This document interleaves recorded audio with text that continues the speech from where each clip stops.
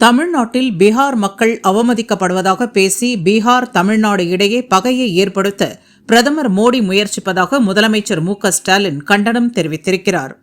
பீகார் மாநிலம் முசாஃபர்பூரில் நடைபெற்ற பரப்புரை கூட்டத்தில் கலந்து கொண்டு பேசிய பிரதமர் மோடி, தமிழ்நாட்டில் பீகார் தொழிலாளர்களை திமுகவினர் அவமதிப்பதாக குற்றம் சாட்டியிருந்தார். तमिलनाडु में बिहार के मेहनतकश लोगों को प्रताड़ित करते हैं.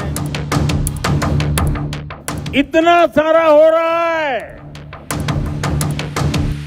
तमिलनाडु में डीएमके के लोग बिहार के मेहनतकश लोगों को प्रताड़ित करते हैं. பிரதமர் மோடியின் பேச்சுக்கு முதலமைச்சர் மு.க.ஸ்டாலின் தனது எக்ஸ் பக்கத்தில் கண்டனத்தை பதிவிட்டிருக்கிறார். நாட்டில் உள்ள அனைவருக்குமான பிரதமர் பொறுப்பில் இருக்கிறோம் என்பதை நரேந்திர மோடி அடிக்கடி மறந்துவிடுகிறார் என்றும், இதுபோன்ற பேச்சுக்களால் தன்னுடைய பொறுப்புக்குரிய மாண்பை இழந்துவிடக்கூடாது என்று ஒரு தமிழனாக வேதனையுடன் கேட்டுக்கொள்வதாக முதல்வர் குறிப்பிட்டிருக்கிறார். ஒடிஷா, பீகார் என எங்கு சென்றாலும் பாஜகவினர் தமிழர்களின் மீதான வன்மத்தை தேர்தல் அரசியலுக்காக வெளிப்படுத்துவதாகவும், இதற்கு தமிழ்நாட்டு மக்களின் முதலமைச்சர் என்ற முறையில் கடுமையான கண்டனத்தை தெரிவிப்பதாகவும் ஸ்டாலின் பதிவிட்டிருக்கிறார்.